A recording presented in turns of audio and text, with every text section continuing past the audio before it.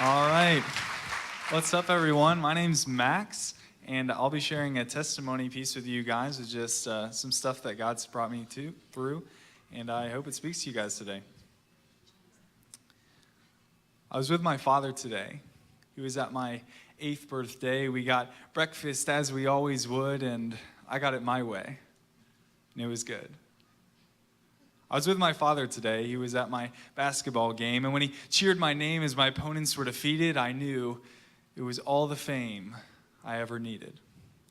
See, my father and I were, as you'd hope and expect, we'd wrestle and run, and he'd direct my life with school and our family fun. Come eat, dinner's ready, but Mom, we're not done. It was good. I saw my father today. We couldn't do breakfast, but that's okay. He would buy me a watch or maybe a knife, and we'd do something later. That's at least what he said last night. Well, he bought me a knife, but I didn't know how to use it. I abused it, or it abused me. I cut my hand and bled for all to see. I had no excuse for my misuse, so my father took it away and far. Happy birthday, I got a scar. Where's Father today?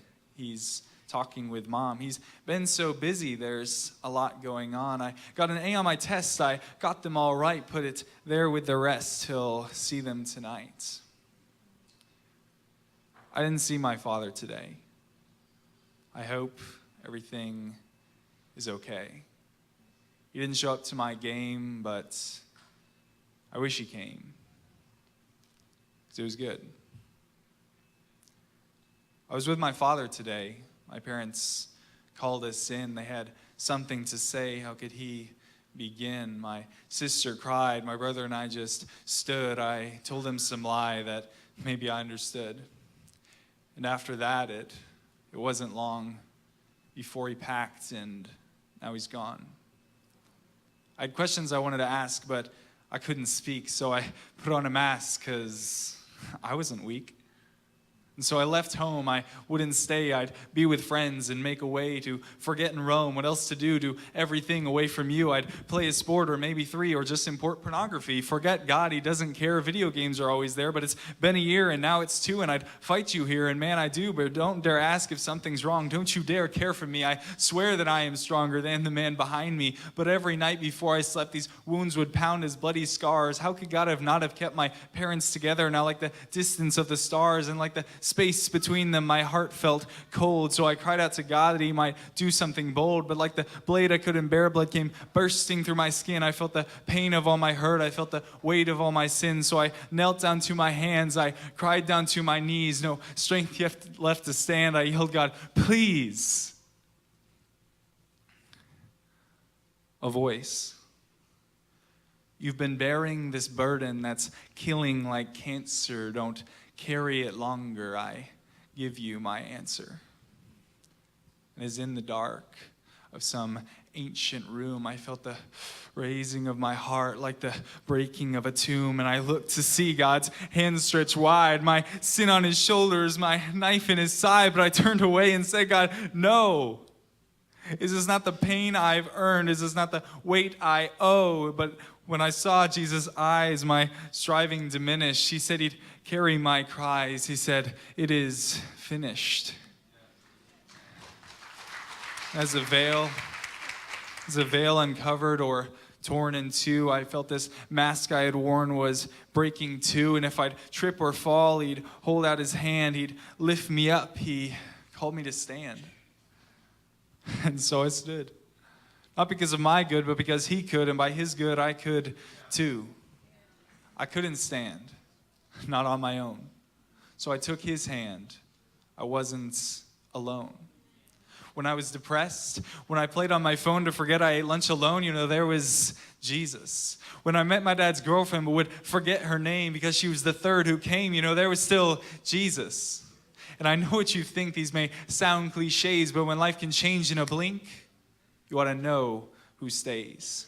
When I struggled with my sin and felt there was nowhere to win, there was Jesus. When I would be angry and would fight for something said last night or last year, why, God? Why is Jesus still here? Are you not angry? Will you not leave? I know there's grace, but do I really believe?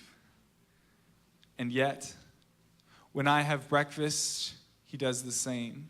In fact, I overcame because he came. And when he cheered my name as my opponents were defeated, I knew he was all the dad I ever needed.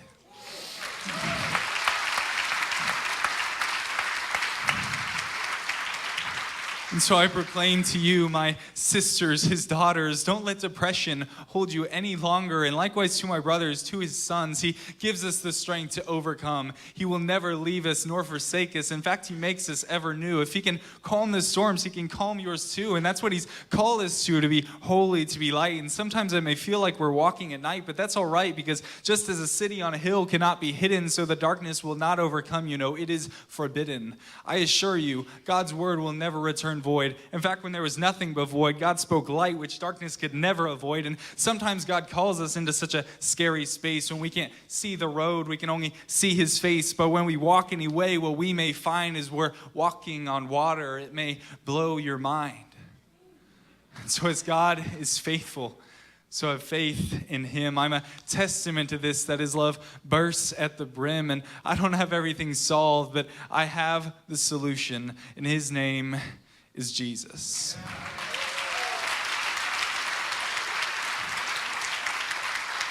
And so if life were a math and this solution is true, I invite you to follow Jesus on this path and watch where it takes you.